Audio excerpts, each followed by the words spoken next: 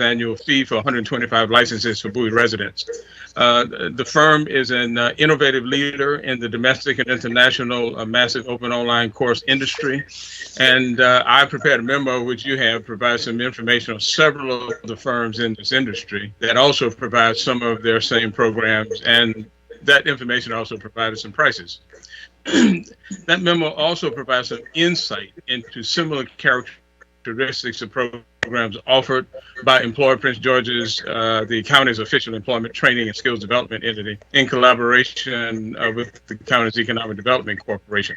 To me, the bottom line is the following: is after taking a look at the information provided by Coursera and several others, is one, what are the goals and objectives of such programs for the city of Bowie?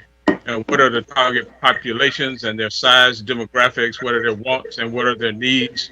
And are the services already readily available? By whom, where, what is the cost, and what is the ease of accessibility? How and where does Coursera fit in this analysis and cost spectrum?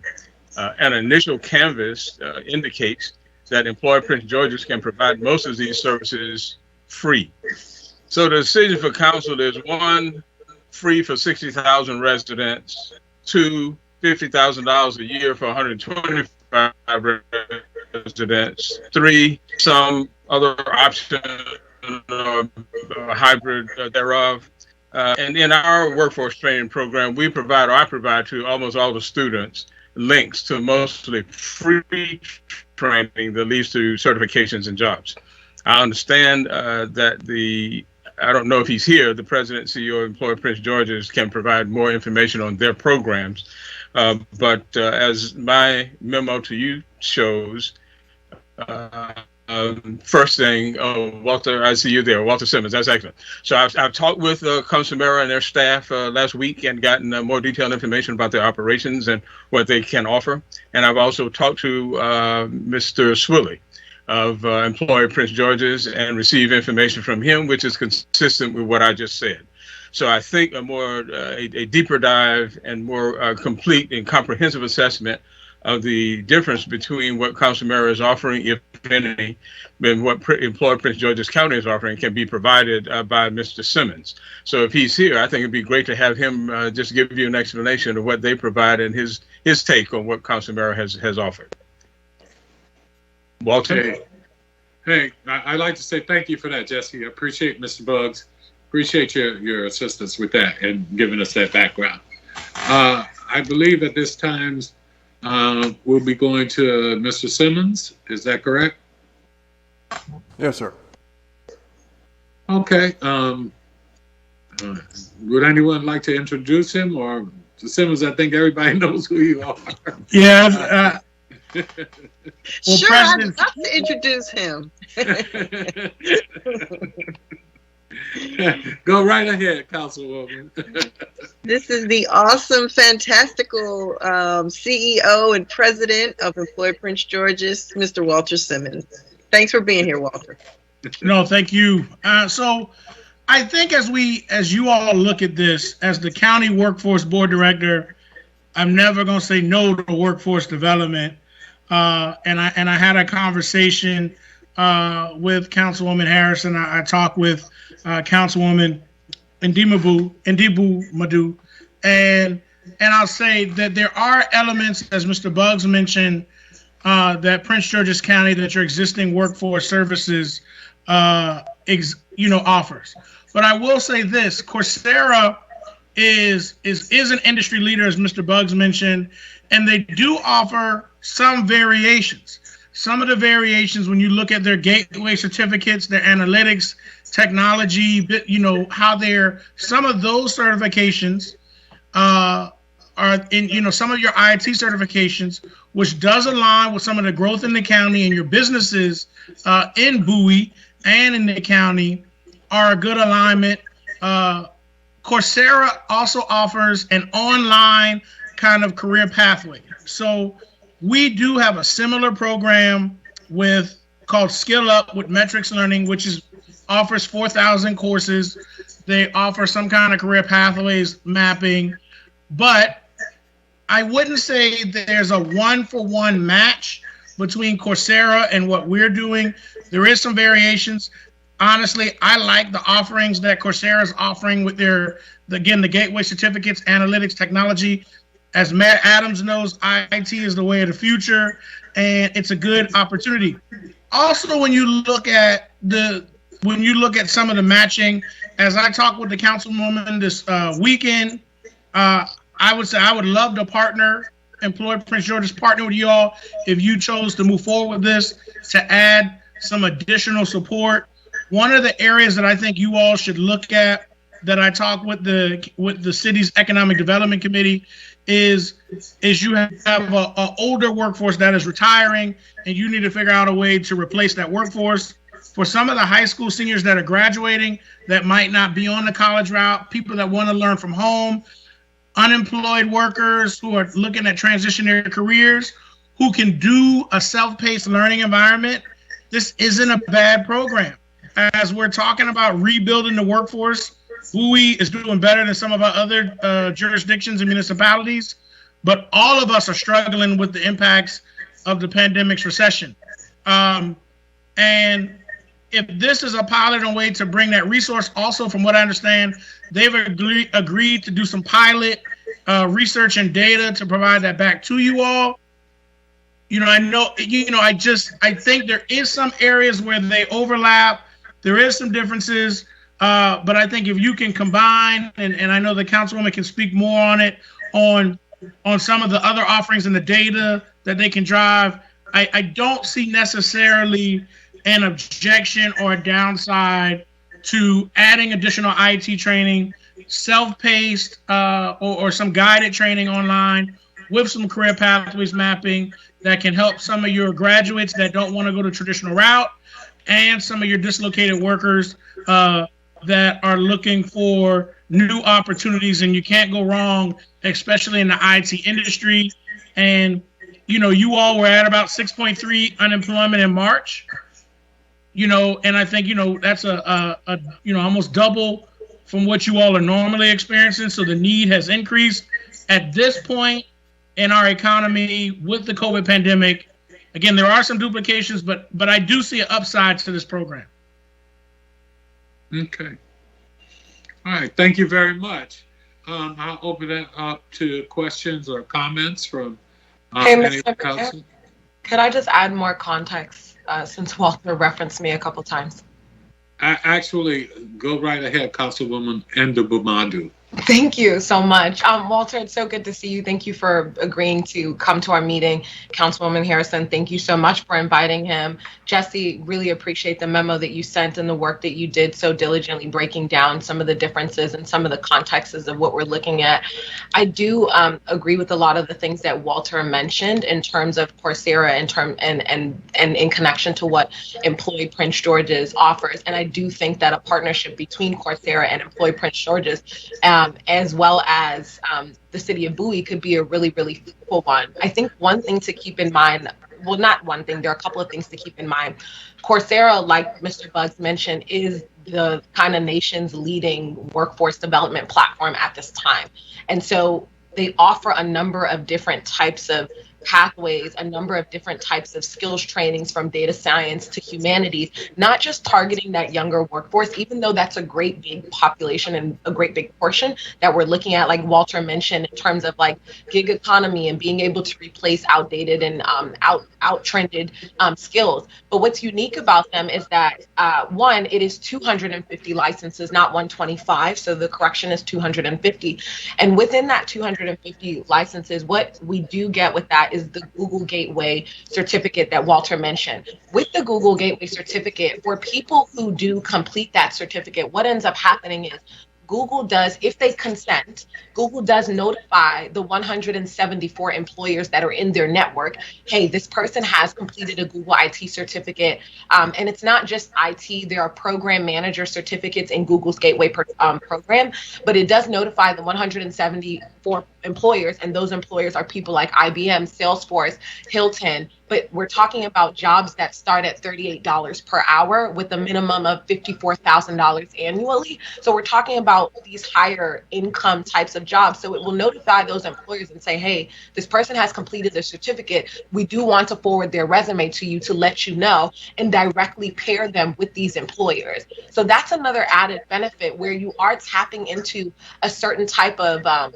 in certain type of employee base that's really important for not only our workforce development, but also Bowie's economic development. Because as we talk about how do we, whether that's recruit businesses, and in our strategic plans that we talked about for the Bowie Town Center economic development, as well as the budget last year, one major big deal that we talked about was attracting IT companies.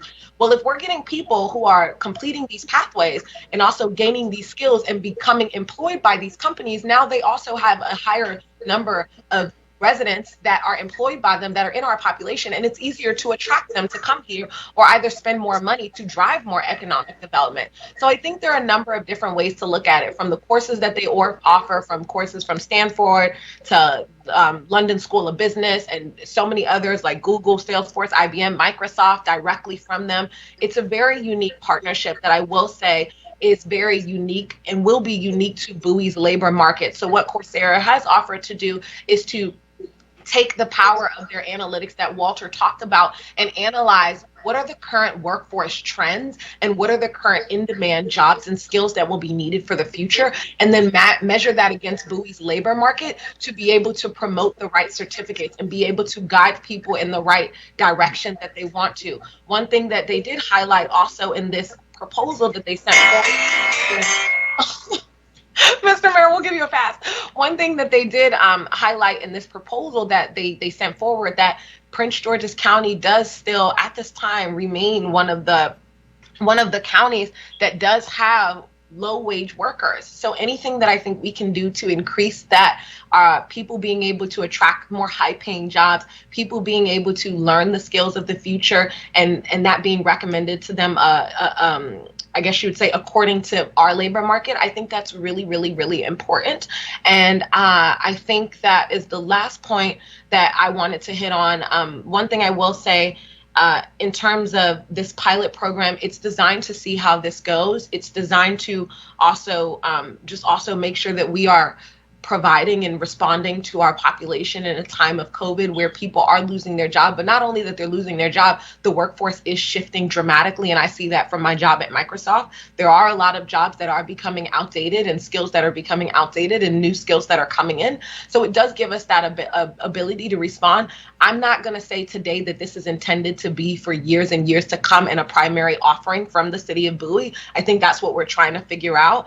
I know there were talks of what a partnership could look like, but I think today, if we could do this and partner with Employ Prince George's, the city of Bowie, and make this available for 250 of our residents to be able to learn those new pathways, I think this would be a great thing. Last thing I'll mention, because I do liaison the IT committee as well as the education committee, both committees thought this was a great idea. I just forgot to get a letter from them in time, so please excuse my tardiness on that. And that's all I'll add. And for now, I'll turn it back to you, Mr. Mayor. Thank you. Mr. Mayor. I would now, if I could now recognize Councilwoman Harrison was trying to speak, I believe. I think Mr. Lott had a question. Yeah, Mr. Mayor. I'm sorry. Go ahead, City Manager, please. Sir, in my capacity as city manager, I have these duties, and here's one of them. As the chairman of the board, I have to tell you that we have an acquisition process here in Bowie. I spoke with the city attorney last week, and she warned me against our directing contracts toward a particular company as a public entity. And in the context of being unethical and something we should not do. So what I recommend is that if we want to, if the council wants to take this mission on and add this mission to the budget, and it isn't a mission currently in our budget, and then you give direction to us to acquire a contractor, then by practice and by policy, we are ethically bound to draft up a RFP, put this out for a bid, and through a fair process, select the contractor that's best suited to do the things that you all are listing right now. And since there's more than one, it could be Coursera or somebody else who gets the recommendation, maybe not them, they may not even bid. But we simply have to, since these are public funds and we're talking about in excess of $50,000 or so, we simply have to follow our process. And so, thank you. I appreciate that, City Manager. I'll be going to Councilwoman Harrison. The one point I'd like to point out is, and we'll talk about this a little later, or even discuss further, I thought this was a unique program that they were trying to design specifically for Bowie, and not a typical bid process. That there was this was specific and unique to Bowie that they were trying to set up. The procedure, sir, that should have occurred is that when Coursera made their pitch to whomever, the council member in Bamado, what should have occurred is should have been handed over to the city staff for processing with the mission to have somebody develop that unique process, be it Coursera or one of the four others. I think that's what Mr. Buggs mentioned. I got you. And so, I mean, maybe the city attorney, if she's out there, she may not be on yet because I asked her to. We just need to be careful that we haven't crossed any lines here. I think I understand what you're saying, City Manager, and I am not taking exception to that. I think what I'd like to do, though, is talk about the process of what we're trying to accomplish here.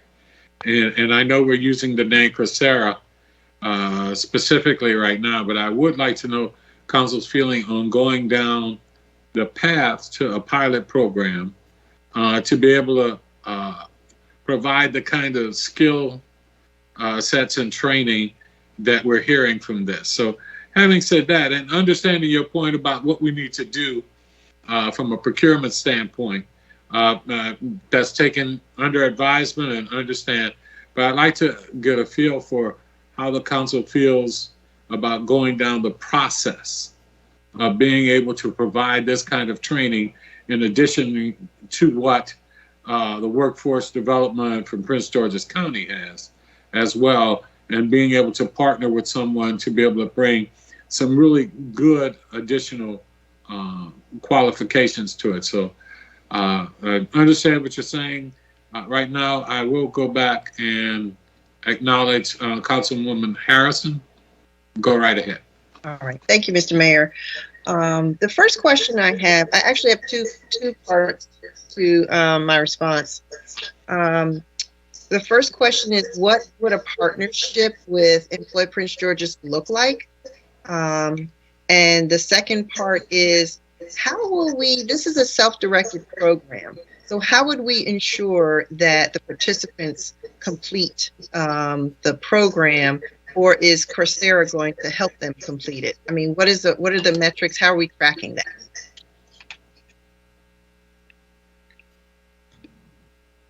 In terms of a partnership with Employ Prince George's, I think I can let Walter speak more to that, but I think that's up for us to decide in terms of what that looks like. I think there are a number of possibilities of how that could look like, whether it's hosted by Employ Prince George's, whether it's, us collaborating with them to see if they already have existing Bowie residents in the program that they think would be a great fit.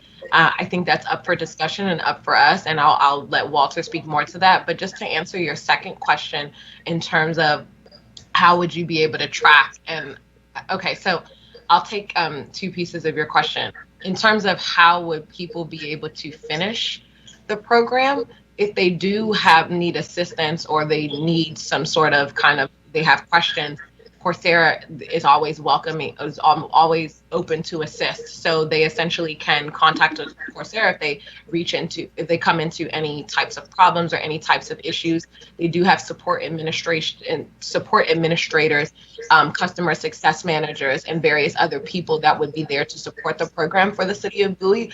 So I think there are a number of resources on their side that come with the program that would be able to assist people who essentially need help if help is needed. The second part, in terms of how do you track, because this is a customized content pathways for a city government, Coursera does allow you to get access to the data in terms of the pathways that are being completed. So you would be able to see who has completed, not exactly the name per se, like, because that's more so now you're going into protected data and they need to consent to be able to give the city that data. But you will be able to see from the participants that do join or the participants that enroll who has completed and who has been issued a certificate, because that's also how they track it, to be able to pass that information on to the employers if they need to. The last part I'll mention is that they're essentially, because this is a pilot program, there would be a case study done at the end to basically measure the success and measure the impact, to ensure that the impact is, I guess you would say, gold against what it is that we're trying to achieve, which is people being able to get these certificates and people being able to see or increase employment from this pathway. So there are a number of different ways to be able to either collect the data or monitor the data to see how the pathways are progressing. Right. Thank you, Roxy. And also wanted to make sure that people understand that once you go through the certification process, you're not automatically guaranteed a job, correct? Okay. Absolutely correct. Yeah, you're not guaranteed a job. What they do is they essentially bridge the gap in terms of, I know most people who do try to get jobs at, whether that's Google, Salesforce, IBM, etc., and many others, they have a hard time getting in front of those companies and getting access to those companies. What Coursera does serve as like an intermediary, where those companies are already interested in the people who are taking the initiative to complete these pathways or complete these certificates, specific certificates, and it's the certificates that are specific to Google Gateway, because Google is the one who is offering this program, which is very unique. And so they will essentially serve as a middleman to kind of notify Google, hey, X, like Ingrid, has completed this certificate. Here's the resume. And then if you do consent and you do want to be connected to an employer, they will send your resume directly to those recruiters. And if there is a match and an alignment based off of your interest and where you're trying to go, then they will do the connection there and a recruiter will reach out. Thank you. Walter, did you want to add something? Yeah, sure. From a partnership, we're always willing to partner with our municipalities. We can, as the councilman mentioned, also remember you all supported the hourly employee relief fund. So we actually have a bank of people who at one point in time had been dislocated or laid off to start from. We can house the website or the link on any one of our sites to generate traffic flow. We can do outreach, promotion, community engagement, of course. Then we can match some of the services with some of the core services that we're already providing to provide assistance as well. But we would be willing, of course, to always figure out the best way to make the partnership and make this meet your needs as best as we could as possible, Mayor and council members and city staff. So again, and as the councilwoman mentioned, the connections with the employers that Coursera offers, that's something that I see as a benefit and what makes them more of an industry leader. We do have an online platform, but the connections to the employers are not offered. That's something that we have to do on our own. So again, there are some differences here, and I think it's a positive, and we would be willing to partner. I think as the councilwoman said, we have to figure out what that looks like, but Employer Prince George's would be more than willing to partner. Okay. Hey, thank you. Any other things? I would like to highlight, just for those who are may just be joining us, and I think there was a good point, a lesson here that people need to understand. What the city manager was talking about is very similar to some of the questions we had and issues are aligning with, for example, with what was happening with the golf course. And I think he was just reaffirming the point that we can't just give out contracts. that we want to make sure if we do something for a sole source purpose, then it's because it's because of something unique and very standalone. But that if we're going to do something, we can't just give a contract to someone. We have to, just like with the golf course, we have to compete. We have to get bids, because I know that was a part of that. So anyway, I think that kind of gives people something to brace what the city manager was talking about. So with that, any other questions? I see Alyssa. Mr. Mayor, I just have a quick question. If I could just get clarifications on Go one. ahead, please. And I hate to bring this up, but I just am curious about it. Last year we did do a program with Ring Doorbell, which is not a similar company, but it is a company that essentially does provide technology equipment for people to be able to surveil their homes and also be able to, ring the doorbell. I don't recall an RFP process going out for that. So I just love to get a little bit more context about how that went down, because to my understanding, we definitely did allocate money in the budget under the police department, if I'm familiar, for a program for residents to be able to get a rebate program from Ring doorbells, but we didn't issue an RFP to the other existing doorbell companies that were out there. So I just love to understand how we thought through that process, just to get a little bit more context to see how we're thinking about this one. Just for the record, Mr. Mayor, we didn't partner with Ring at all. We're providing reimbursement to residents who have any camera. Nothing. I don't know where you got that issue with Ring, but we didn't partner with them at all. And what we do in cases, and there are cases where we don't do an RFP, but we go out and get several. We get several proposals back, or several pricings on a particular item, so we can make sure we're getting we're getting the best deal for the money. But there was no RFP or a partnership with Ring at all. That's incorrect.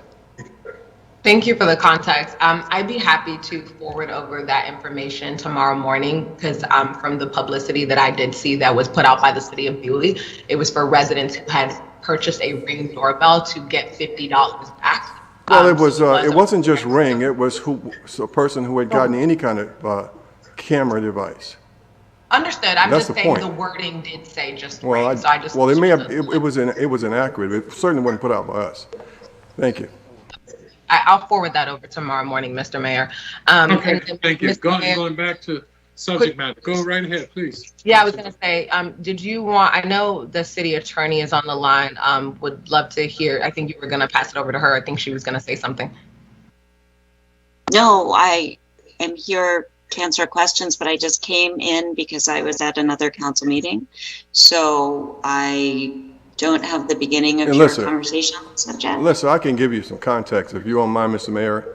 Help her get caught up. Go right ahead. Well, there was a discussion for about 20 minutes with an exceptional mention of this company, Coursera, who could possibly do the workforce training.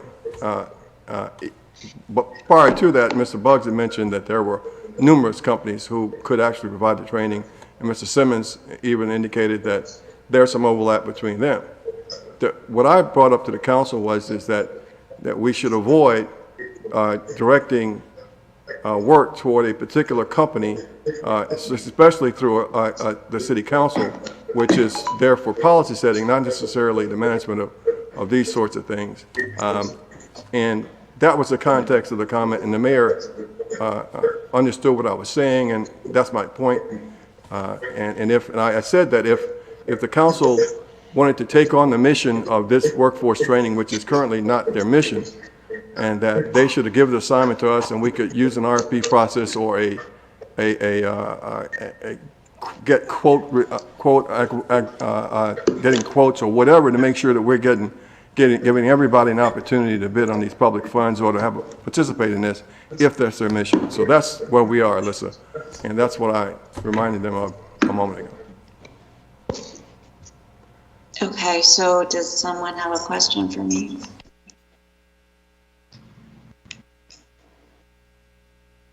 No. I mean, I guess I would like, I guess the question would be, in order to essentially move forward with this initiative, let's put Coursera aside for a moment, but just the initiative of being able to provide such type of service that's unique, Right. customized for the city of Bowie, what would we need to do at this point? If you could just at least speak to that. So if you are going to contract with an entity to provide services either to city staff or to the public, you're going to be entering into a contract with somebody to provide services, then you need to follow the procurement policy that I think Mr. Lott outlined, which requires you to either prepare a formal request for proposals, or unless it's a very small contract, like under $5,000, you would generally seek at least 3 quotes, and that's in your procurement policy, which is in the code. I think it's chapter 19, maybe. Is now joining. So basically, that's, you would ordinarily, you would instruct staff to go about soliciting quotations if you weren't going to prepare a formal RFP. Okay, so essentially, if we are going to prepare a formal RFP, okay, so you're saying staff should seek quotes or prepare a formal RFP. Those are the 2 routes. Is that what you're saying? Yeah, so we usually use quotes when it's a relatively small, not so small that we do a sole source procurement or something like that, but it's a relatively small contract, and for larger contracts, you would typically prepare an RFP. What consists of a... Oh, sorry, Alyssa, I didn't mean to cut you off. Sorry, go ahead. No, I'm sorry. I kind of stopped. And you would advertise it on email and marketplace. So what when you say a large RFP, what is consisted as large? Just really quickly, so I know where to make the motion. So over $25,000 is what we're talking about generally. Okay, that makes sense. Okay, so essentially staff just needs to put out an RFP to essentially go about this initiative. Okay, got it. Okay. All right, Councilwoman, if you're okay, what I'd like to do is, though, continue now to discuss and just make sure the interest in a program, and that's why I stopped using any particular name, but understanding what we're trying to achieve here. With the kind of process, or whatever company were to perform that, I would like to ask Mr. Simmons, if he doesn't mind, if council doesn't mind, if he could give us some idea of how extensive, or possibly how long, what would it take for us to make sure that who we work with would be willing and would be apt to work with you. Would that be a process that would require much of anything from workforce development? No, it would be seamless, Mayor. Okay. And we would be willing, if needed, to lend some of our staff who look at these types of products to provide you any recommendations as needed. Okay. City Manager. Yes, sir. Could I ask Mr. Buggs the same question? Is he still here? Yeah, he's still there, sir. Okay. Yeah. From our perspective, can you hear me? Yes. Can you hear me? Yes. Very good. From my perspective, I just want to say to you that the city's current, as you have been saying, procurement standards require anything over $25,000. You're supposed to go to an RFP unless you're piggybacking on some other agreement in some other jurisdiction. So for us in this kind of environment, we would work, as Walter said, seamlessly with them and seek counsel and advice on putting together an RFP that we can put out on the street to pursue this if council so directs and the city manager directs us to put it together. So yes, the only thing is, of course, there's nobody in the city whose staff has created staff or resources at this point to conduct a pilot for the next year. So obviously we will probably come back to you and add additional money to this program for the management of this process. So in other words, it's not as simplistic as, all of our plates are full and mine is triply full. So these kinds of activities don't just happen, Gotcha. in there. So yes, that's the process. The procurement statutes, policy says anything over $25,000, you're doing our kind of thing, we worked with before. We could work with Walter's organization to try to put it together and then put in place whoever wins the management of it over the next year as a pilot program. Gotcha. Okay. Hey, thank you so much, Mr. Buggs. At this time, I guess moving forward with this, are there any recommendations? I'm putting this to council now. Hey, Mr. Mayor. Yes. If there are no other questions by any other city council members, I'd like to make a motion. Actually, hold on if I may, please. Yeah, sure, go Yes, ahead. go right ahead. Yeah, just a couple of comments. First of all, I'm certainly in favor of workforce development, but I do have a significant concern about us taking on this responsibility from the standpoint of staffing and working and taking on that responsibility from both workload and a capability standpoint in terms of do we have the infrastructure in place to put this in good shape. So I have a significant concern there. Secondly, I've heard a lot about the IT infrastructure that Coursera is providing. Not everybody wants to be in IT, and I'm not sure that should be the driving force for what we should be pushing a workforce program to. So I'm a little concerned that presuming that that's the best solution for everybody, and indeed that everybody who's unemployed has an interest in this sort of service. I'd like to point out, I also have significant concerns about duplication or triplication of effort here, or I guess quadruplication maybe. We have a number of organizations in this county that provide this sort of infrastructure. We heard earlier about Employ Prince George's. Our city taxpayers pay for that service, and they serve our community. And looking at what was presented earlier, I'm impressed with their offerings. And just the George Washington University and the program you have there with them on an IT training program, that's awesome. And I'm not sure why we would need to supplement that, given that infrastructure is in place and on the ground and already being paid for by our taxpayers. I'd also like to point out that if you look at the Prince George's County Public Library system, you can go to their website, you can get yourself a card, you don't even have to go in anymore to get access, and they have LinkedIn Learning. It's there, and they got thousands upon thousands upon thousands of training tutorials, and they've got programs as well that help people attain certificates. And you add to that if you set up their LinkedIn profile, you then set up a network opportunity for people who are looking for people who have completed the courses or people who have access to the same information, the same background that they're learning, that they can tie into those organizations and those people and pursue employment in that area. Then on top of that, you add in, we've got the community college. The community college is there, and it provides infrastructure for training people. And it may not be a full 4-year degree, but it's 2 years, and you don't even have to get a full Is now degree. exiting.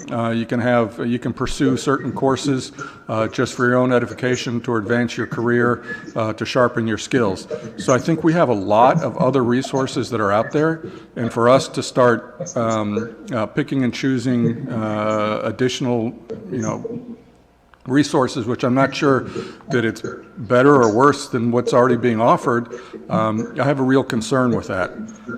So I have also the concerns shared earlier by the city manager. I have concerns about where we stand on the procurement process.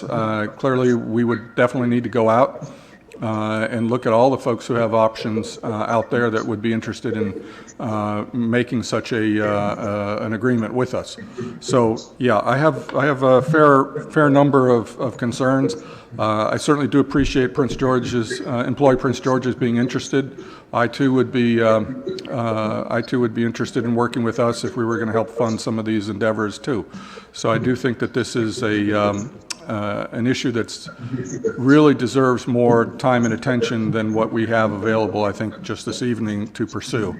And frankly, I think it warrants a more comprehensive, process to determine what the best path forward is. But as it stands right now, I see this as being duplicative on many levels, and I have great concerns with us pursuing that, given where we are with our own budget and where we need to be with our other efforts, which I think are our primary focus and not necessarily workforce development. Mr. Mayor, if I may just chime in really quickly. I know, so we could move on. It would be my last thoughts for the evening. So I just wanted to just kind of clarify a couple of the things that Councilmember Wolfley just made. As an employee of Microsoft, LinkedIn Learning does not do the things that you just described. That platform actually doesn't work that way. It actually does not pair people with employers in that way. Essentially, so the description of LinkedIn Learning is a little bit skewed, but I understand why people may perceive it that way. So just want to clarify that, because LinkedIn is a platform that is owned by Microsoft, and I work very closely with LinkedIn executives. The second thing I want to just clarify, Coursera is not just IT pathways, it's actually all pathways, so it's not specific to IT. I think IT is what we highlighted this evening because there are a lot of new jobs that are being created in that realm, but it is actually inclusive of all types of career pathways and has content from all of the leading universities that some of our residents essentially don't get an opportunity to learn from or attend because of the magnitude or because of where those universities are located. And then the last point, the second to last point I wanted to make, we talked about the types of employers that they directly connect people to. That's not just IT employers. So that's all of Fortune 100 and Fortune 500 employers, the 174 that are included in their pathway. So that's consulting, like Boston Consulting Group, McKinsey, Bain & Company, that's Hilton, Marriott, so many others. So there are a number of different employers that are in their network. And I mentioned that their certificates are not just specific to IT, so they do notify those employers for the other pathways and other certificates that are outside of IT. And then the last point that I wanted to mention is that Employee Prince George's did highlight, and I think Walter mentioned this evening, that there are some services that are the same, and there are a lot of services that are not. So I think that's a little bit of selective hearing to kind of highlight on that point and say that it's completely duplicative. So I don't want to make a motion. I'm not going to make a motion on this tonight. I do think we still have time to continue to discuss it. And I just want to make those final thoughts to just make sure that I respond to Councilman Wolfley's, some of his inaccurate comments. Thank you, Mr. Mayor. All right, thank you, because Mr. Mayor, sir, please. If I may, so we don't hold this up. Go ahead, City Manager. Sir, I'll give you a chance at that. Sir, go ahead. We just have to stop talking about Coursera here. I mean, this isn't ethical for us to talk about this company this way, as if we're directing a bid toward them. This is in violation of our policy. We just have, sir, thank you. I just got to say that. City Manager, that's why I said I stopped using that name of a company. I know you did, sir. Thank you. I think that whatever we do, I would like to see if Mr. Simmons and Mr. Buggs could get together and talk a little bit and see about if and how it would look if we went out, if we were trying to do something with any organization to try and partner together to provide the general services that we're talking about trying to provide for our citizens. So if you two could talk on that, it would be greatly appreciated. And we could probably get a lot of feedback from the two of you of how that would look for us, even with the comments from Councilman DeFore Wolfley, with Councilwoman Enda Mamadu, but just trying to see what might we do that will help our citizens as we get through this, and not only as we look at jobs for now, but for the future, and for the future of our young people as well. We can do that, sir. So if we could have you two talk about that, that would be great. We can do that, sir, without problem. I think both Mr. Simmons and Mr. Buggs are prepared to do that. And if we do get to an RFP process, and we would certainly bring Mr. Simmons and his staff in to help us in the selection process if we get to that point. Gotcha. Understood. And that's why, and I think we're good. Any other council members, any other comments at this time before I turn it back over off of this issue back to city manager? Yes, Mr. Mayor. Yes, Mayor. go ahead. Councilman Gardner. Yes. Go ahead. Yes, thank you, Mr. Mayor. I wanted to say, I want to first of all thank our guests for coming out this evening and providing us this comparison. And I also want to thank staff as well as our city attorney for outlining the procedures for our council members when it comes to the RFP process and the dollar amount, the threshold that actually triggers the purpose for an RFP. I also wanted to thank Councilwoman Endeavor Madu for definitely, I think throughout all of this tonight, we sort of got lost in the weeds, but her main goal that I see and understand this evening is to provide workforce development for the residents of the city of Bowie, giving them something to look forward to, because post-pandemic, people are going to be looking for jobs. Many of the jobs that they previously held are going to be obsolete. And speaking to Councilmember Wolfley, where everyone's not going into the IT sector, but this and other firms do provide other training areas. I wanted to just thank all of the parties that came forward, and it just seems that the main goal has been achieved here, is to where we're looking out for the resident, and that is important, providing avenues to jobs and job training. Thank everyone. Thank you very much, Mr. Mayor. Thank you, Councilman Gardner. Having heard that, I believe we can move on and turn it over to city manager. Yes, sir. Thank you. We're going to start with planning and community development. And if our guests are welcome to stick around, this is very interesting reading. But I would understand if you all check out like he did. That's the fun. All right, planning and community development on page 129 of your budget book there, and we'll start now. For the information of the residents, I'll start with the description of our planning and community development department. The Department of Planning and Community Development provides professional support by making recommendations on developmental proposals to the city manager and the city council, and conducting long-range special studies.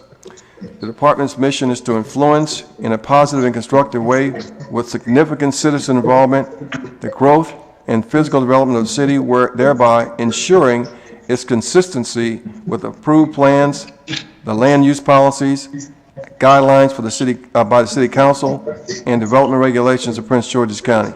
The department reviews individual development proposals, prepares coordinated plans, studies, and recommendations, and participates in public policy planning.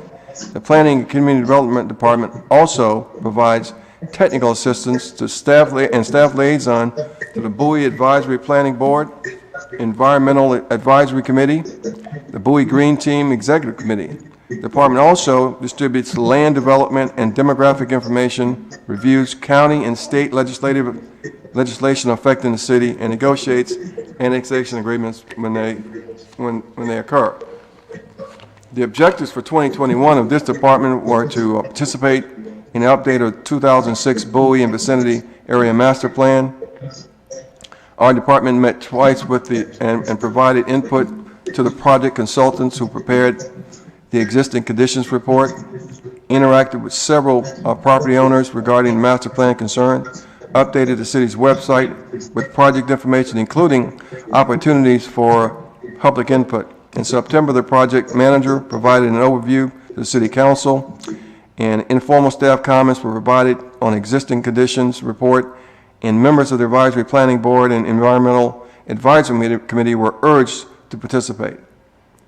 The department attended the virtual presentations of the existing conditions report and playbook of strategies, and the city's webpage was reorganized in October. Continued informal communications is going on with Maryland National Capital Park and Planning regarding the city's developmental projects policies, and their consulting team, and promoting public involvement using city media and the city communications plan.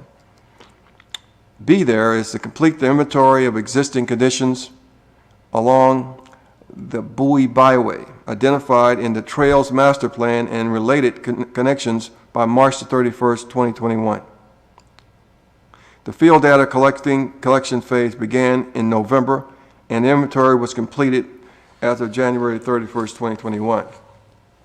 C, plant 100 trees on private residential properties throughout the Plant One Tree on Us, POTOU is the acronym, program by June 30, 2021. Publicity for the program included October Bowie Spotlight, September edition of the Bowie Blade. The program officially opened with a dedicated webpage and online reservations forms on October the 1st. As of December, 75 trees were requested, 37 agreements were returned, 18 trees were planted. The remainder of the 100 trees funded the program were installed in the spring of 2021, helping the city toward satisfying its urban tree canopy goal of 45%. Go to page 130. D was to initiate the neighborhood engagement program to help implement the 2014 sustainment plan goals. CT5, which involves 6,000 residents in events and programs that strengthen the neighborhood connections. This action on this program was delayed due to COVID-19. E was to draft design guidelines for complete streets by September 8th, 2020.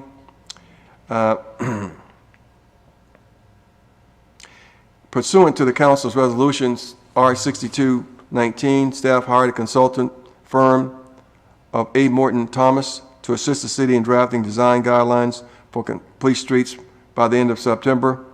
The draft guidelines were shared with the Green Team Executive Committee, Multimodal Access, and Public Spaces subgroup, which provided written comments and recommendations.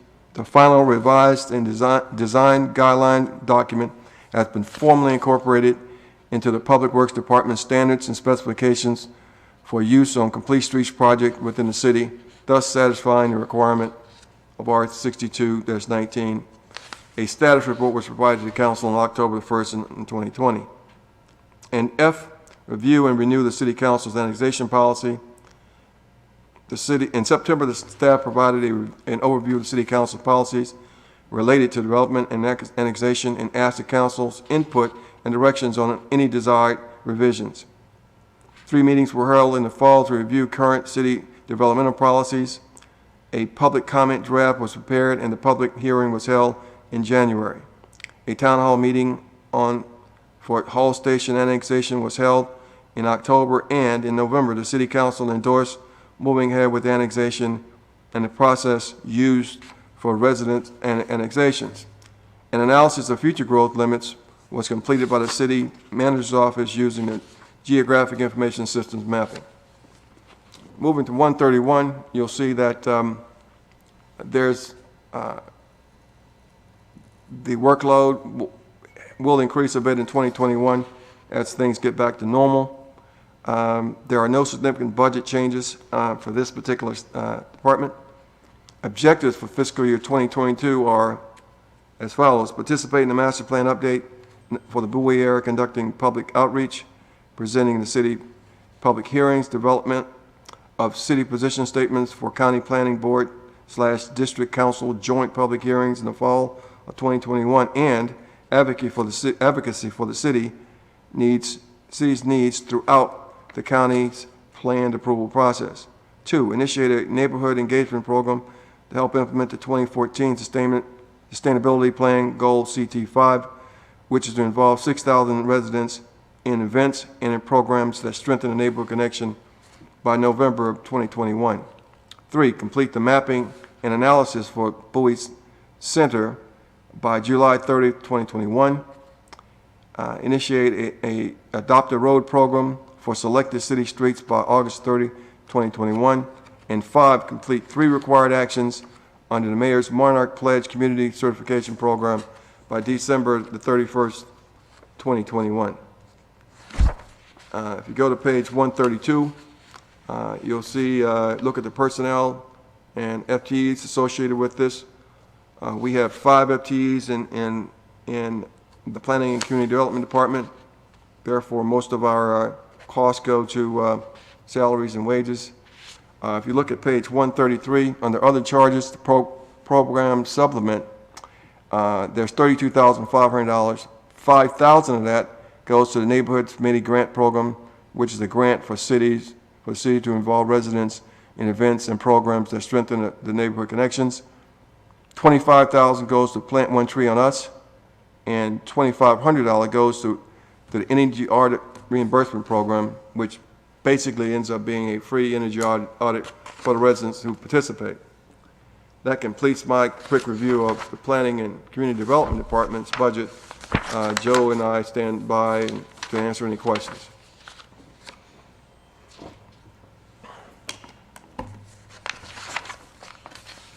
Now, this is a very exciting department, so it's got to be 1 or 2 questions. But if not, I understand it's a very efficient organization, and Joe always and his team always manage to accomplish their goals. Any questions? Okay. Are there any questions at this time? Yes. That's moving right. Yep. Go ahead. Quick question. The property that's always near and dear to my heart is the Jesuit property. Joe, is this something that you guys can put on there as an objective to endeavor to do whatever we can from our position to maintain the low density zoning on the Jesuit property? I know there's a lot of, obviously we don't control zoning. Sure, there's already an objective, as Mr. Lott indicated, regarding the Bowie master plan. That might be the best place to put that down as a marker. All right, let's do that. Let's add that to that. Thank you. Thank you. Any other questions? Any other questions for the Planning and Community Development Director or regarding his budget? Any other questions? Here. All right. Yeah. All right. Go ahead, City Manager. All right, sir. Joe, you made it. Okay. So the next budget would be page 85, the Information Technology budget.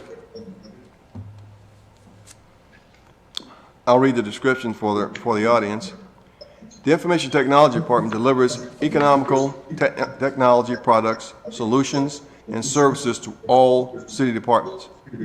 The major goal of the department is to ensure sound and technological solutions are implemented to assist departments with the delivery of city services by providing reliable communications and a modern infrastructure. The goal is to accomplish by collaborating with city departments to plan for the efficient and effective use of technology. Just as a preface here, when a year or so ago, when COVID-19 had us all changing our lives, the most significant change occurred with our IT department in that they took us from 0 teleworkers to nearly 100 teleworkers, to include establishing the networks, the software, the training, and God knows we needed the help desk to keep everybody going, and so that our white-collar workers who were non-essential could continue to be productive. And that's been a seamless a process, and Mr. Peterson and his team certainly deserve kudos for that. The objectives and results for fiscal year 2021 are to explore the impact and tasks required to change the city from cityofbowie.org to cityofbowiemd.gov. This will include communications with all departments to determine cost implications and strategy to complete the transition. Planned to be completed by December 31st, 2020. The objective was to complete the City of Bowie md.gov domain has been purchased and will be maintained. The IT department has researched the steps required from the IT perspective to complete the transition and is ready to move forward in conjunction with the communications division branding efforts that are forthcoming. B there. Review current backup strategies and determine ways to improve the data protection and redundancies. This plan was to be completed by March. It's been extended to June the 30th, 2021, and the objective will be completed at that particular time. C, explore strategies to reduce printing costs across the city. Review the deployment of all small-scale printers and remove/replace printers with maintenance issues and consolidate printing services where available. And this will be completed in June the 30th of this year. The IT department, along with its, the rest of the staff, reviewed the existing small printer fleet and created a list of printers with maintenance issues or with minimal use. And so we are continuing to survey this so we can get that done by June the 3rd of 2021. D, begin to address items in the issue-based strategic plan of the IT department. Create a broader, more complex strategic plan for the department by June 30, 2021. A 3-year strategic plan was created in August of 2020. Quarterly meetings are held to review progress on goals, objectives, and items to set schedules for the next quarter. A yearly update will be completed every August. This plan is an excellent and local flight plan, if I can use that term from my aviator days, so that Todd and his team can on a quarterly basis look out and see what's important, make adjustments so that they can maintain their operation. I mean, all departments are important, and all departments are equally important. But the fact is, every department that we have is absolutely dependent on automation.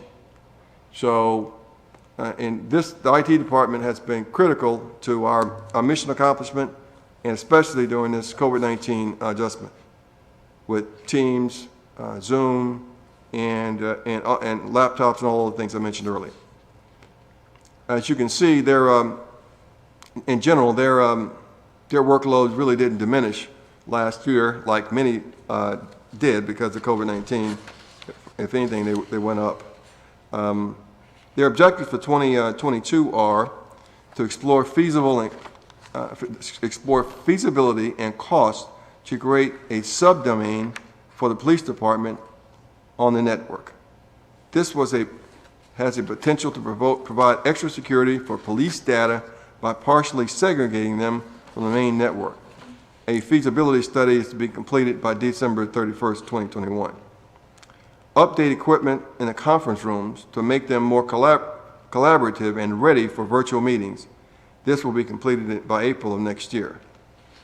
Explore software as a solution option to improve efficiency of operations throughout the city and provide public experience on the website. This will be completed by May 27, 2022.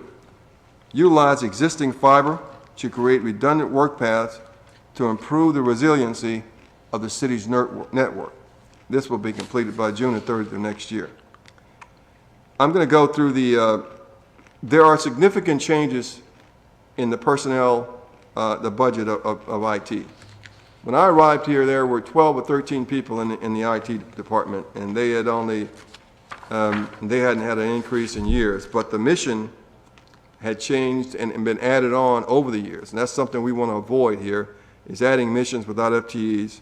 So I took the recommendation after Todd came in and fell on his sword for more people, and there's an addition of 1 full-time employee, digital application specialist. That would be a grade X114, which is listed in your budget for reference, at a cost of $79,153, and 1 FTE systems architect at a grade of X119 at a cost of $110,498. Also, the director will be reclassifying the digital project manager to a digital infrastructure and innovations manager from grade X117 to X119 at a cost of $6,292. Additionally, he will be reclassifying the IT help desk assistant to IT operations coordinator from grade X110 to X112 at a cost of $4,272. If we, of course, after I finish up real quickly, you can ask Todd, he's got all the answers to what those people will be doing. We move to page 88. You see that the FTs would go from 15 to 17 people, which is in keeping with the continual growing mission of the IT department. And I like to say that we have very talented and well-trained people, from the director with his computer science education and experience all the way down to our outstanding people who make things happen on a daily basis.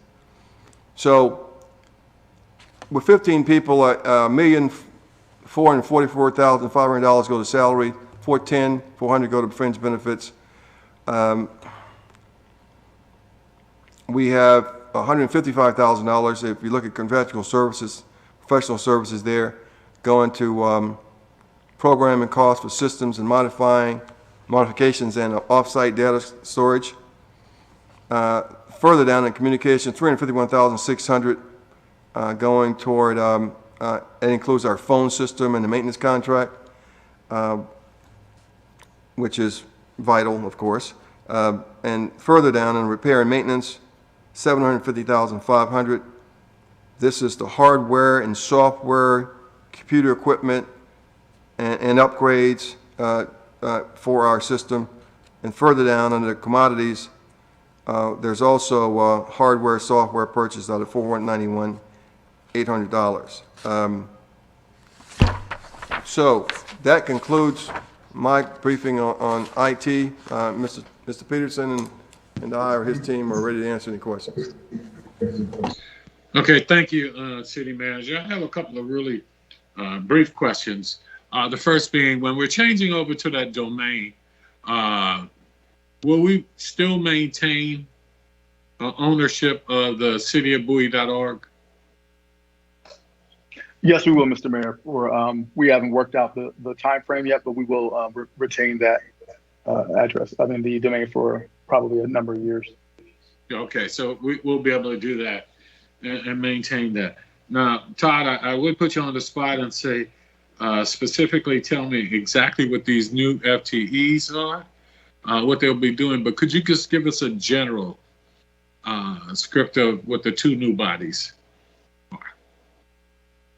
Sure. So the systems architect, basically, before I get into that briefly, I'll tell you what I plan to do is separate our department into two divisions, a network infrastructure division and a digital infrastructure division, digital infrastructure and innovation division. So the system architect would be the overseer of the network infrastructure division. The digital infrastructure and innovation manager would be the overseer of the digital infrastructure and innovation division. The digital application specialists that we're looking to bring on will take on some of the weight of all of the new SaaS products that we've been absorbing, Microsoft Teams, Zoom, Google Voice, lots of other things that we've acquired so that we could get through the pandemic. But remote work is going to continue in some form or fashion once we get back. So that's going to be a permanent part of the city's infrastructure. So we needed a body to take care of those applications, as I'm sure some of you have seen me, even myself, on a lot of virtual meetings, working those meetings. We need a body to actually to absorb some of that. And the last position, the operations coordinator, is basically going to be the linchpin that's going to coordinate activities between the two new divisions, as well as IT operations. IT operations, including myself and my assistant director, who's on the line now. Okay. I have a question that's going to take us back to our last meeting, and if you can't address that now, I'd like to address it though, because one of the things I was talking about is we were talking about with our benefits, and they were talking about using proprietary software to manage that, to manage the benefits and all. And I always get a little concerned about a company using its own proprietary software or system to manage something, because I then get concerned if we end up getting locked in on that, i.e. does it then become a problem to transfer if the contract goes to someone else, or if it presents some kind of problem even with any interface that we might need from that with your IT portion of it. Are you aware of what I'm talking about? Are you talking about the HR? Yes, and we were talking about, I guess our benefits provider was going to be providing their own proprietary software and managing that. And if you aren't aware, I understand. But could we take a look at that and talk on that? Sure, I'm aware. City manager, yeah, go ahead. I'm aware of the product. We haven't engaged that organization in depth just yet, so I wouldn't really be able to answer too many questions, but I'll definitely keep that in mind as we move forward. Yeah, because I don't want us to put ourselves in a position where contractually we end up locking ourselves in with someone because it gets too hard to get the data out or transition to another contractor. So, okay. Understood. That's it.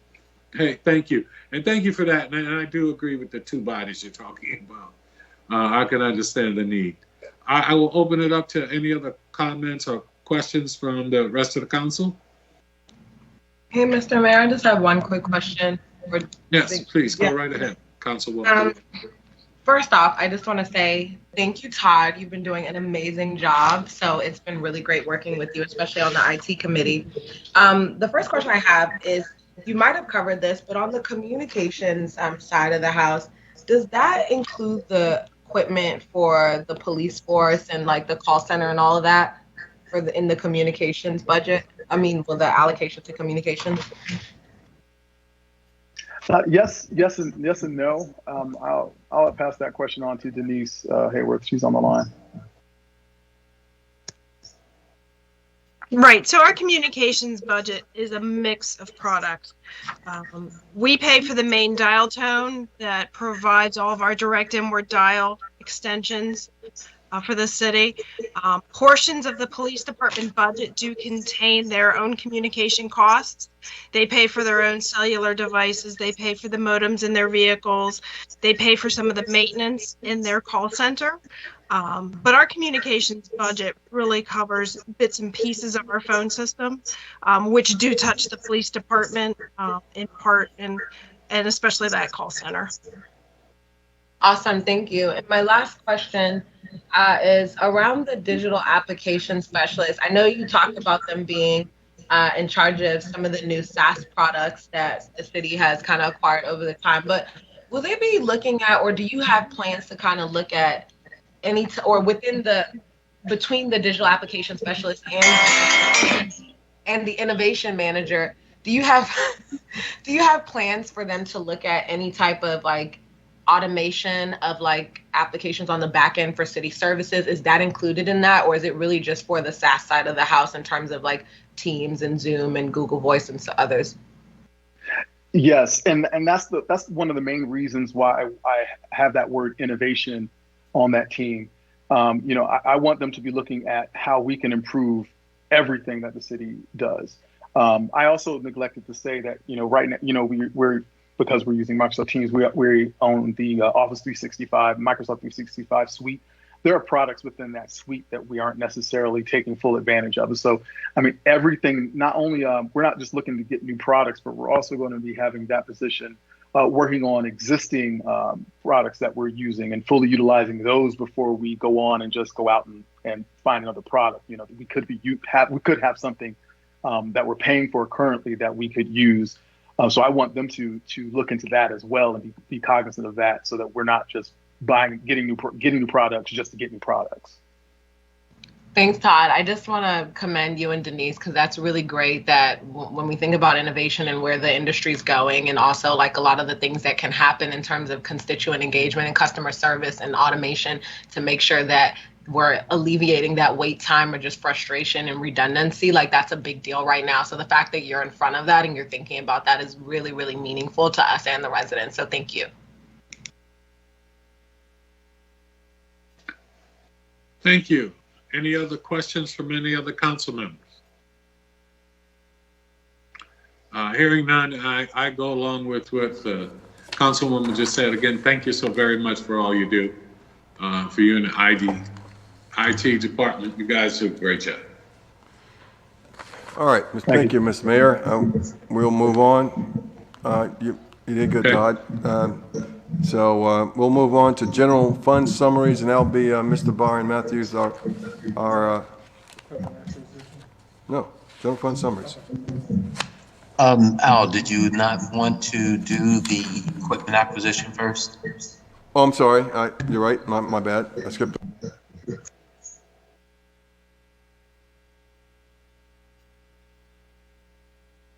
Thank you, Byron and Daniel, for keeping me straight here.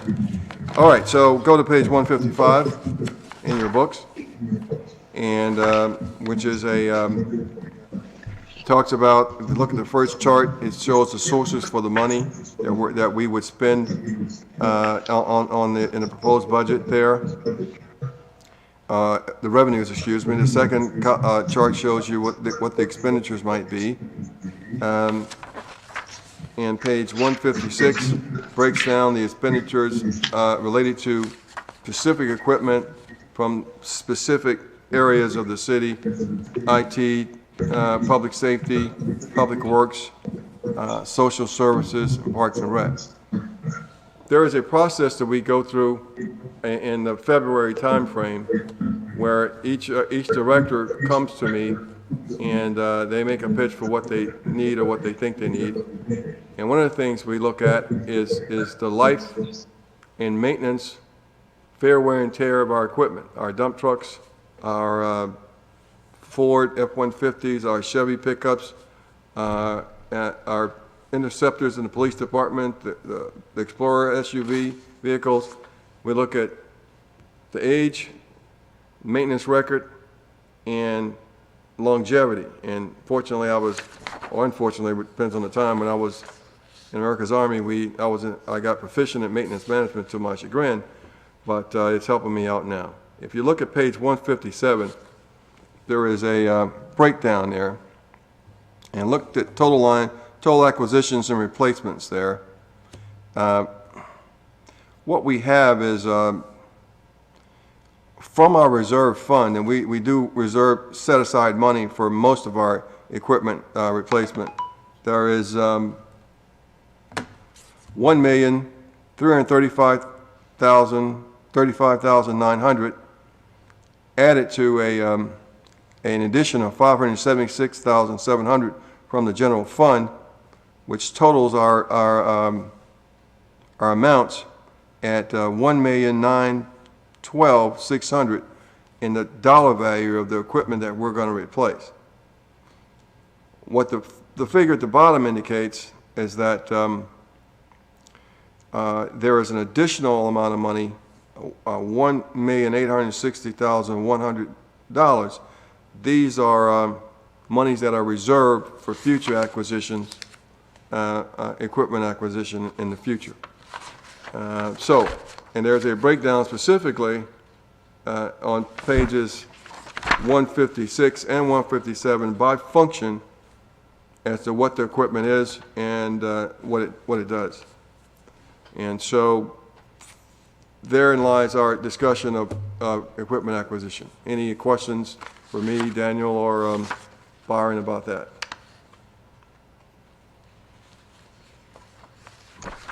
Okay. Well, if there are any questions, Mr. Mayor. I would go ahead. Make one comment for it. I know we're trying to save the trees, but this really becomes an eye test, and I'll leave it at that.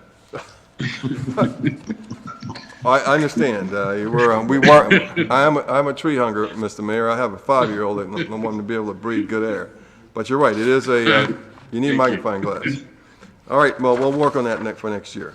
I think I'm on course now. Byron, I think it's time for the general fund summary.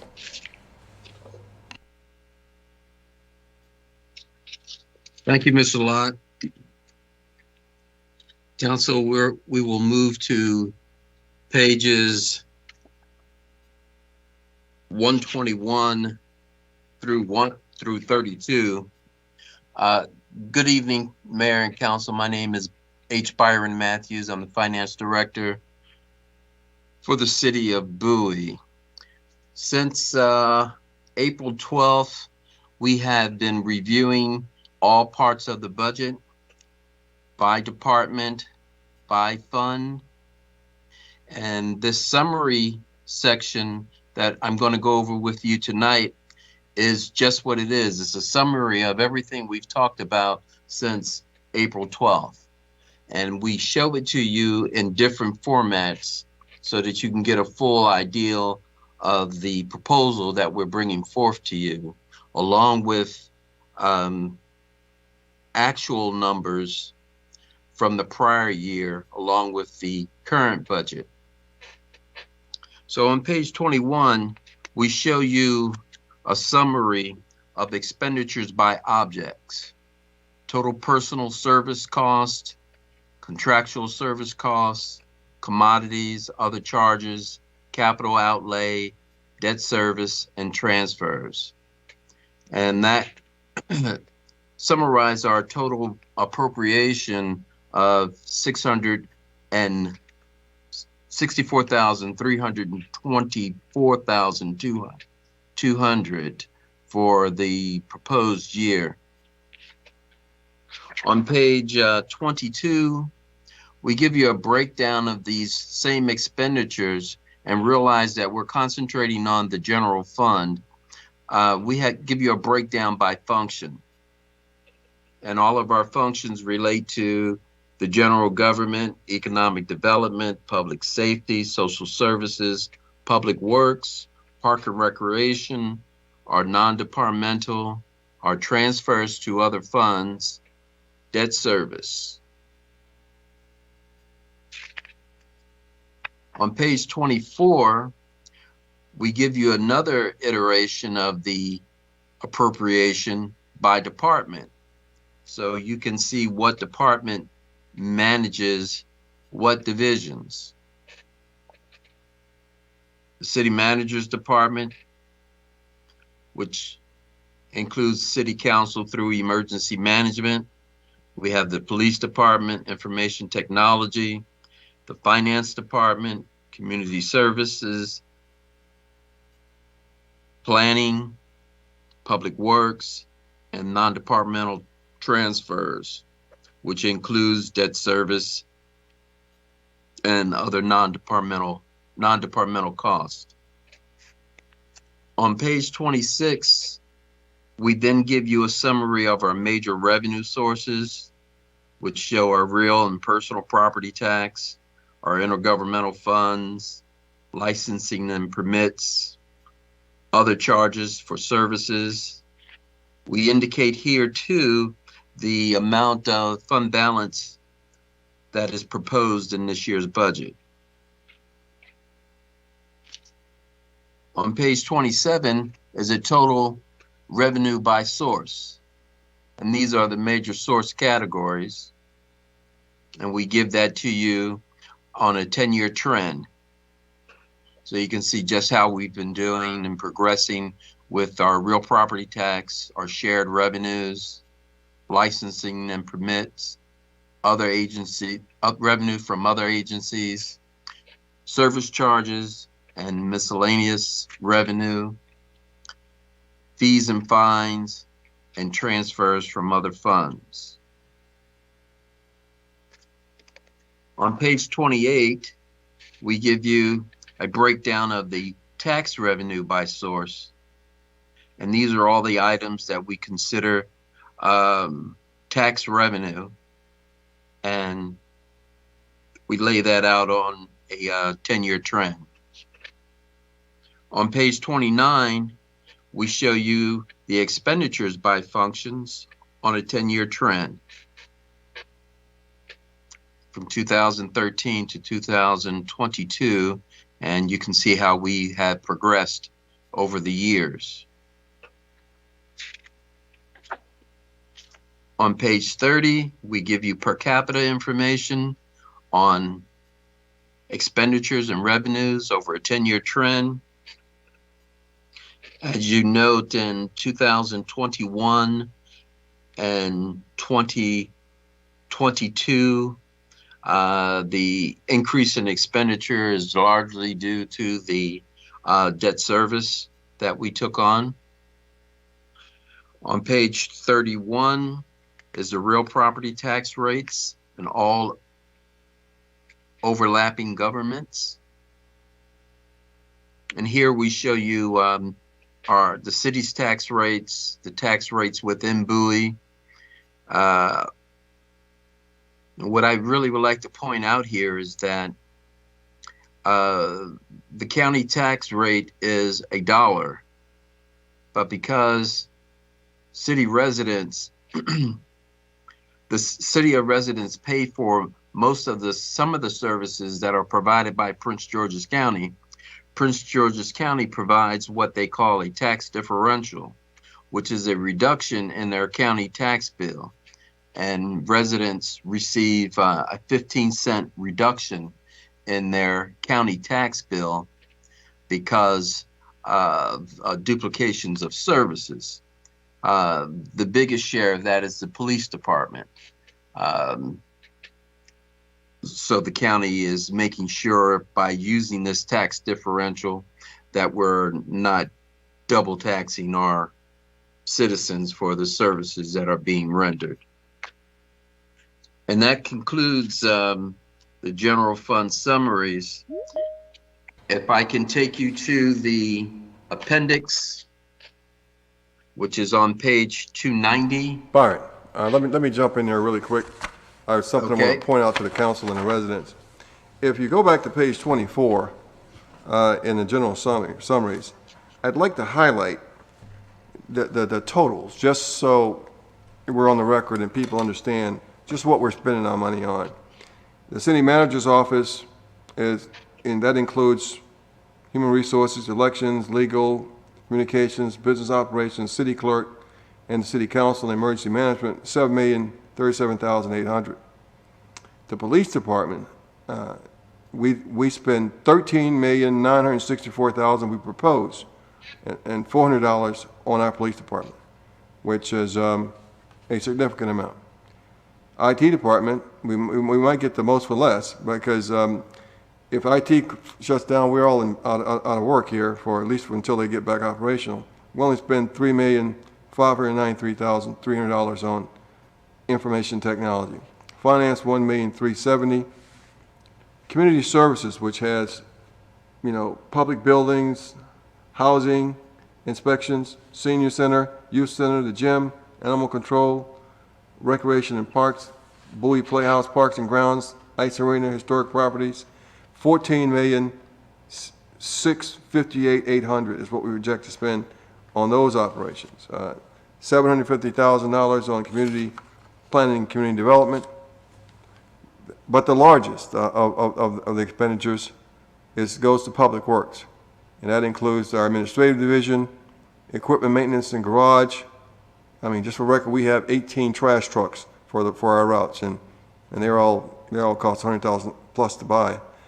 Solid waste division, street maintenance division, stormwater management, and stormwater special taxing districts, $17,239,600. And non-departmentals, which is our debt service and other things, that's $5,709,100. I just wanted everybody to hear that, just what we spend our money on and what the services are. Thank you, sir. Byron, please. Thank you, Al. We'll move to page 298 in the appendix area.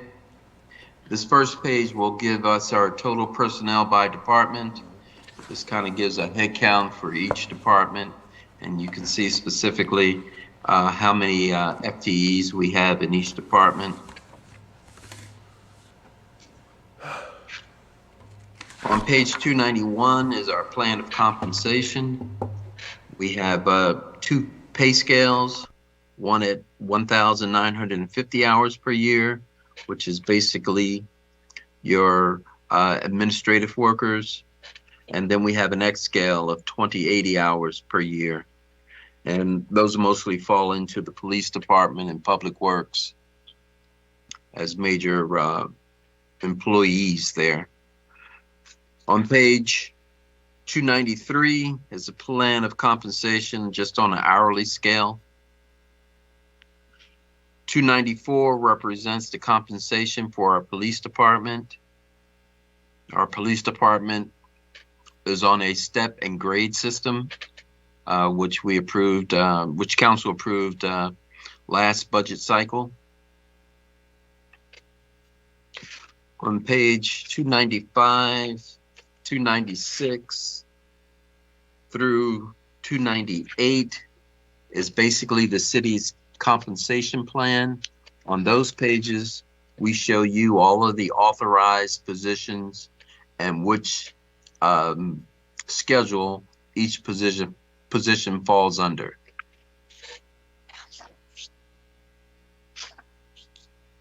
On page 299 through 302, we provide you with some demographic information that is pulled from our CAFR so that you can see on the first page our population, personal tax income, per capita income, median age, education level, school enrollment, and our unemployment rate.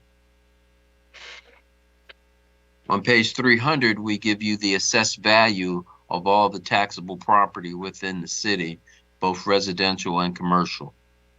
We also give you a value of our personal property taxes.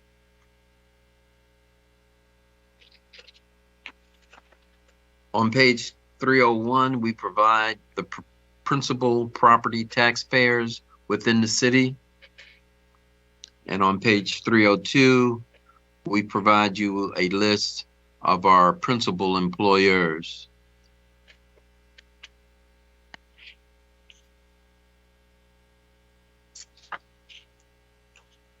On page 303 is a glossary that we have provided that gives you all of the acronyms throughout the budget and a brief definition on some of the terms that are unique to budgeting and accounting to inform the reader so they can get a clear understanding on some of the terms that they may not be familiar with. And with that, Mayor and Council, that concludes my presentation on the summaries and the appendix section of the proposed budget for FY22. I turn it back over to you, Al. Well, thank you, Byron. You did a great job. Nobody talks about the numbers better than a good CPA like you. I like to commend make sure that I make the point that this proposed budget is an excellent reference material. It's of the 4 cities I've worked, this has more information that is easily accessed and interpolated than any other situation we have. Of course, I'd like to thank the finance department and Byron and his deputy and his budget team for getting us to this point. And at this point, Mr. Mayor, we're at what we call the wrap-up phase, where we hear from you all in whatever points you want to make, or whatever issues you have, or anything else. And after that, of course, after this evening, we're going to print up a document for you all to vote on next week. Thank you. Thank you, City Manager. I'd like to echo what you said to Byron, to all of the staff, Mr. Matthews, to all of those who have worked so diligently to put together this budget. I know how extensive it is, how time consuming it is, and how difficult it is, because there are decision trees you have to go through and decisions you have to make of what you can and can't do. And so I commend all of you for providing that information and providing this budget. I would echo what was just said, and I think it is one of the easiest budgets to follow, i.e. with the information being there. And I think it was very important to go back and have the transparency for the citizens of Bowie to be able to see where their tax dollars are going, where their money is going. And so I think that's very important. I want to commend you again and thank you for putting this together. I know it's a labor of love, so to speak. I know at times it doesn't seem that way, but I'm sure it is. And it's a love for the city, and it's a love for the citizens to make sure that they get to see just what's going on in their city. So having said that, I will open it up for any comments from any other council members at this time.